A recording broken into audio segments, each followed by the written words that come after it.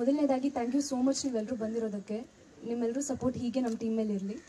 And ನನ್ನ ಪಾತ್ರದ ಹೆಸರು ಬಂದು ಕೃತಿ ಅನ್ನೋ ಒಂದು ಪಾತ್ರ ಪ್ಲೇ ಮಾಡ್ತಾ ಇದ್ದೀನಿ.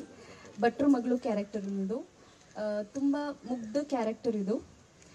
ನನಗೆ ಈ ಪಾತ್ರ ಕೊಟ್ಟಿದ್ದಂಥ ಬರ್ಮಣ್ಣ ಸರ್ಗೆ ಹಾಗೆ ನಮ್ಮ ಪ್ರೊಡ್ಯೂಸರ್ ಶ್ರೀಕ್ ಸರ್ಗೆ ಥ್ಯಾಂಕ್ ಯು ಹೇಳೋಕ್ಕೆ ಇಷ್ಟಪಡ್ತೀನಿ ಮೂಲಕ.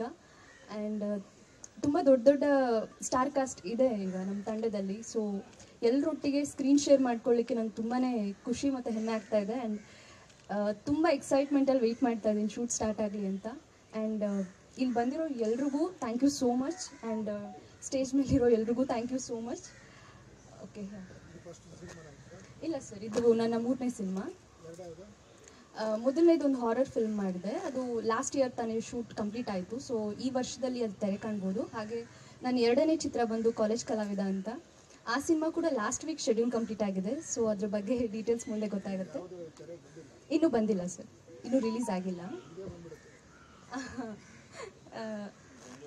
ಹಾಂ ಸರ್, ಅಂದರೆ ನಾನು ಹುಟ್ಟಿದೂರು ಮೈಸೂರು, ಇರೋದೆಲ್ಲ ಬ್ಯಾಂಗ್ಳೂರು.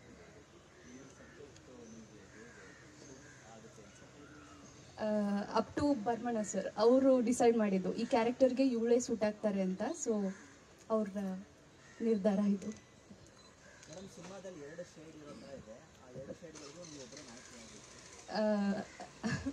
ಫಸ್ಟ್ ಶೇಡ್ಗೆ ಅಂತ ಅಂದ್ಕೊಂಡಿದ್ದೀನಿ ಸರ್. ಅದು ಬಿಟ್ಟು ಬೇರೆ ಏನೂ ಹೇಳೋ ಆಗಿಲ್ಲ. ನಾನು ಹೇಳಿದ್ರೆ ಗುರಾಯಿಸ್ತಾರೆ ಅಲ್ಲಿಂದ ಒಬ್ರು.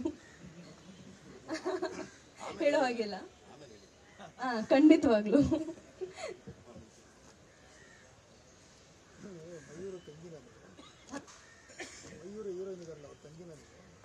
ನಿಜ. Oh, thank you sir. ಆದರೆ ಕಾಂಪ್ಲಿಮೆಂಟ್ ಆಗಿ ತೊಗೊತೀನಿ, ಆದರೆ ಖಂಡಿತ ಇಲ್ಲ. Thank you sir, thank you.